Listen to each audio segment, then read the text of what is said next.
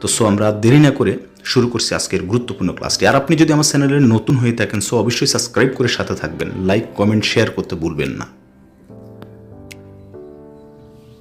সর্বপ্রথম আমি এখানে যে শব্দটি লিখেছি আনা, আমি।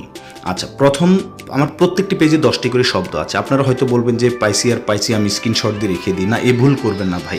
প্রথম আমি এখানে কি লিখেছি? আনা, আমি, তাই তো? এই আমি শব্দ দিয়ে আমরা প্রতিদিন কিন্তু অগণিত কথা বলে থাকি এবং অনেক প্রয়োজনীয় কনভারসেশন করে থাকি। For example, now if I say, সেটি হচ্ছে যে আমি বাজারে যাচ্ছি। কে যাচ্ছে? আমি যাচ্ছি। তাহলে আমরা কি বলেছি? আমরা শব্দের সাথে শব্দ মিলিয়ে বাক্য তৈরি করব। আমি যাচ্ছি, এখানে সাবজেক্টকে আমি। আনা যাইতেছি, যাওয়া মানে কি? রু। আমরা উইদাউট গ্রামাটিক্যাল সিস্টেম আরবিতে কথা বলা শিখব, ঠিক আছে? তো রু গিয়েছিলাম, রু যাব, রু যাইতেছি। আনা রু কোথায় যাইতেছি? আমি রুমে যাইতেছি। তাহলে রুম মানে কি? গুরফা। আনা মানে আমি, রুম মানে গুরফা, রু মানে যাওয়া। সো আনা রু গুরফা। এখন আমি যদি বলি সেই বাজারে যাচ্ছে, হুয়া রু সুক, সুক মানে বাজার। আমি যদি বলি আমরা রুমে যাইতেছি, আমরা মানে হচ্ছে কি? নাহনু, নাহনু রু গুরফা। আশা করি বুঝতে পেরেছেন আপনারা কিভাবে প্রত্যেকটি শব্দ দিয়ে বাক্য তৈরি করবেন। আমি আবারও রিকোয়েস্ট করতেছি, প্লিজ এই 500টি শব্দ ফ্লুয়েন্টলি যেন আপনি বলতে পারেন, সেই ক্যাপাবিলিটি আপনার থাকতে হবে, সেভাবে আপনি মুখস্থ করবেন, প্লিজ মাই রিকোয়েস্ট। এরপর আমি যে শব্দটি লিখেছি সেটি হচ্ছে আন্তা। আন্তা মানে হচ্ছে কি? আপনি। ওকে, ফাইন।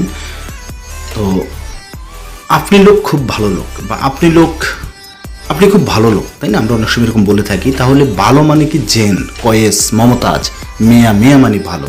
আন্তা মানে হচ্ছে আপনি। আন্তা কয়েস, লোক মানে হচ্ছে নফর। আন্তা কয়েস নফর।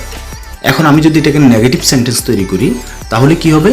আন্তা মু কয়েজ, আপনি ভালো না। অ্যান্ড দেন লিখেছি ইনতা। ইনতা মানে তুমি। ওকে, ফাইন। ইনতা রু হুনাক, তুমি ওখানে যাও। হুনাক ফি সুগল। আমরা কিন্তু প্রতিদিন এইভাবেই কথা বলে থাকি, ঠিক আছে? আমাদের এত জানার প্রয়োজন নেই, আই থিঙ্ক। ইনতা রু, তুমি যাও। হুনাক যাও, হুনাক মানে ওইখানে, তুমি ওখানে যাও। হুনাক ফি, ওখানে আছে কি? আছে, সগল আছে। আমি সগল বলেছি। আপনার প্রয়োজনার্থে আপনি যেই শব্দ প্রয়োজন সেই শব্দ বসিয়ে আপনার মনের ভাব প্রকাশ করতে হবে। এরপর লিখেছি নাহনু মানে হচ্ছে আমরা। নাহনু মানে কি? আমরা। ওকে, এরপর লিখেছি লাকাইদা, আমাদের। কুল্লু লাকাইদা আগ্রাত, সব আমাদের জিনিস। আগ্রাত মানে জিনিস। এরপর লিখেছি হুম, তারা।